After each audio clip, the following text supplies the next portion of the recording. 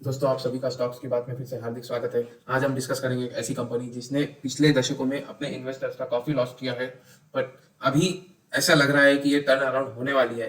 दोस्तों, मैं बात कर रहा हूँ सुजलॉन एनर्जी लिमिटेड की। सुजलॉन की बात करते हैं तो सुजलॉन का जो मेजॉरिटी ऑफ बिजनेस है वो होता है विंड टर्बाइन से। कंपनी को 70% रेवेन्यू मिलती है विंड टर्बाइन बनाने से, विंड टर्बाइन मैन्युफैक्चरिंग से, और करीबन 20% रेवेन्यू कंपनी की आती है विंड टर्बाइन सर्विसिंग से।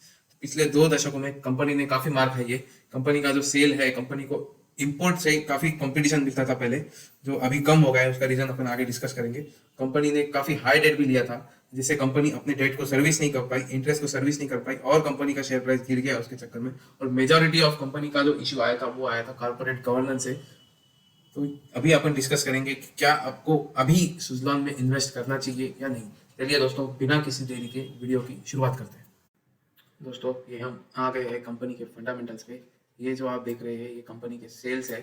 अभी स्टेबल नहीं हुए हैं। पहले 12,000 थे, 12,000, 19,000 थे मार्च 15 में, अभी सिर्फ 7,000 पे आए हैं।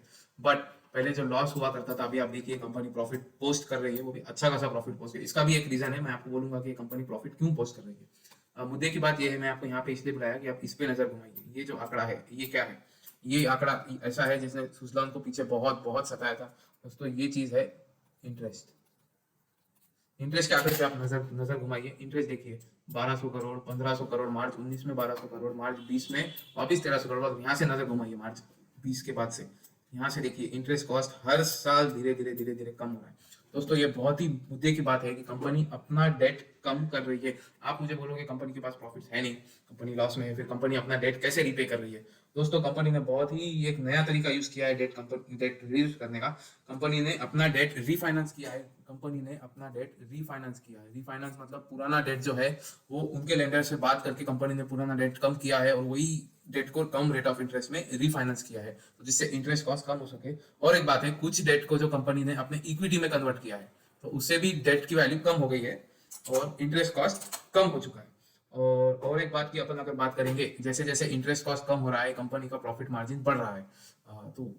तो हम आ गए हैं कंपनी के बैलेंस शीट पे। कंपनी के बैलेंस शीट पे दो चीजों पे मैं आपका ध्यान खींचना चाहूंगा। पहली चीज, ये आप कंपनी के रिजर्व्स देखिए, ये माइनस में है, मतलब ये लॉस है। ये जो है ये लॉस है। और कंपनी का लॉस का ट्रेंड देखिए, अभी सितंबर 22 का कंपनी का रिजर्व जो है वो -2,300 करोड़ है, जो पहले मार्च 20 में 12,000 करोड़ था। मतलब कंपनी अपना लॉस रिकवर कर रही है, जिससे रिजर्व माइनस के पॉजिटिव में आना शुरू हो चुके हैं। दूसरी चीज, कंपनी के बोरोइंग के आंकड़े पे आप नजर घुमाइए। मार्च 2012 में जहाँ 17,000 करोड़ के बोरोइंग्स थे, वो अभी घट के केवल हो चुके हैं 3,200 करोड़। दोस्तों, ये बहुत बहुत ही मुद्दे की बात है कि कंपनी अपने बोरोइंग्स बहुत धड़ाधड़ कम कर रही है। यहाँ पे देखिए, लास्ट क्वार्टर से भी बोरोइंग्स कम हुए। मार्च 22 में जहाँ 4,200 के बोरोइंग्स थे, वो अभी केवल हो गए हैं 3,200 के। कंपनी ने यहाँ पे भी अपने बोरोइंग्स डिक्रीज किए हैं, जो बहुत ही अच्छा है कंपनी के लिए। दोस्तों, हम आ गए हैं पावर मिनिस्ट्री की वेबसाइट पे। यहाँ पे एनर्जी जनरेशन कैपेसिटी अलग अलग फ्यूल वाइज एज ऑन 30/9/2022 आपको दिख रही है। यहाँ पे अगर आप फॉसिल फ्यूल का देखेंगे तो फॉसिल फ्यूल की जनरेशन कैपेसिटी है 57.9।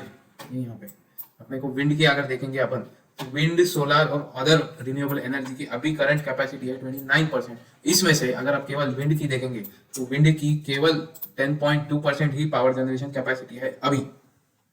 दोस्तों, जैसे कि आपने देखा, इंडिया का अभी सिर्फ 10% ही प्रोडक्शन विंड एनर्जी से आता है, जो आगे इंडिया को अभी 2030 में 140 गीगावाट विंड एनर्जी से लाना है। तो जैसे कि आप देख सकते हैं, ये बहुत ही जबरदस्त अपॉर्चुनिटी है सुजलॉन को ग्रो करने की। और एक सुजलॉन को एक फायदा ये हुआ है कि मिनिस्ट्री ऑफ रिन्यूएबल एनर्जी ने ई रिवर्स ऑक्शन डिसकंटिन्यू किए। दोस्तों, जनरल ऑक्शन में क्या होता है, बायर बिड करता है, सेलर आइटम देता है, मतलब बायर भाव लगाता है, जैसे कि आपने ऑक्शन देखा है आईपीएल वगैरह का एक्सेट्रा। ई रिवर्स ऑप्शन उसका उल्टा होता है। ई रिवर्स में सेलर भाव लगाता है, सेलर प्राइस पे कम्पीट करता है। तो इससे क्या हो रहा था, अननेसेसरी बहुत ही एग्रेसिव कंपटीशन हो रहा था, जिससे सेलर्स को बहुत नुकसान हो रहा था। तो इस चक्कर में गवर्नमेंट ने अभी रिसेंट में जुलाई में ये आया है, जुलाई में अनाउंस किया है कि जितने भी जो रिन्यूएबल एनर्जी के ऑप्शन है, वो बहुत सोलर के लिए भी और विंड के लिए भी ई रिवर्स ऑप्शन बंद हो जाएंगे। तो इससे जो कंपनी के जो मार्जिन है वो इम्प्रूव हो जाएंगे। एमएनआरई की अभी ड्राफ्ट पॉलिसी आई थी, उसमें एमएनआरई के पॉलिसी में लिखा था कि जो पुराने विंड मिल है उनको रीपावर करने का पोटेंशियल भी 25.4 गीगावाट का है। तो ये भी एक सुजलॉन के लिए मार्केट अपॉर्चुनिटी है। इसमें मैं और एक चीज कहना चाहूंगा, इंडियन गवर्नमेंट ने 2020 में ड्यू टू जियो पाकिस्तान और चाइना से आने वाले जितने भी पावर इक्विपमेंट्स है इस पे बैन लगाया था, तो इसका भी फायदा जो इंडोनेशियस मैन्युफैक्चरर्स है जैसे कि सुजलॉन, इनको हो जाएगा।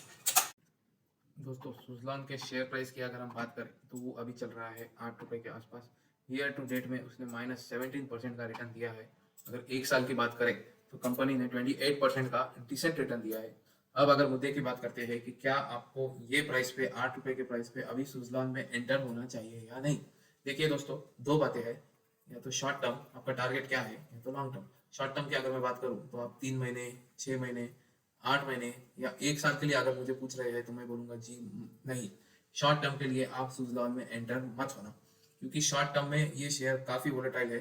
प्राइस कहीं भी जा सकता है, आपके पैसे अटक सकते हैं। वही आप पूछेंगे लॉन्ग टर्म के लिए क्या मुझे 3 साल या 5 साल या उससे ज्यादा के लिए सुजलॉन लेना चाहिए, तो दोस्तों मैं बोलूंगा आप एंटर होइए। आप ये प्राइस पे रिस्क ले सकते हैं, no doubt Suzlon risky company है, ऐसे नहीं बोलूंगा कि सुजलॉन में रिस्क नहीं है। बट अगर अपन फ्यूचर पोटेंशियल देखेंगे तो जैसे कि रिन्यूएबल एनर्जी का जो पुश आ रहा है, सभी कंट्रीज को रशिया यूक्रेन वॉर के बाद सभी कंट्रीज अपने अपने एनर्जी सिक्योरिटी के लिए वरीड है। ग्रीन एनर्जी का पुश आ रहा है, गवर्नमेंट का भी इंपोर्ट बैन हो चुका है। और अगर अपन देखेंगे तो सुजलॉन ने भी डेट रिड्यूस किया है, सुजलॉन का इंटरेस्ट कॉस्ट कम है, सुजलॉन का सेल्स बढ़ रहा है। और गवर्नमेंट का भी रेवेन्यू, गवर्नमेंट का विंड एनर्जी का 140 गीगावाट का टारगेट है, जिसका सबसे मेजोरिटी बेनिफिट सुजलॉन को ही होगा। तो ये पूरा एक कैलकुलेटेड रिस्क आप लॉन्ग टर्म में लेके चल सकते हैं, और ये प्राइस पे आप सुजलॉन पे एंटर हो सकते हैं 3 साल, 5 साल या उससे ज्यादा का पॉइंट ऑफ व्यू रखते हुए। दोस्तों उम्मीद है आपको वीडियो पसंद आया होगा। अगर पसंद आया तो लाइक और सब्सक्राइब जरूर कीजिए।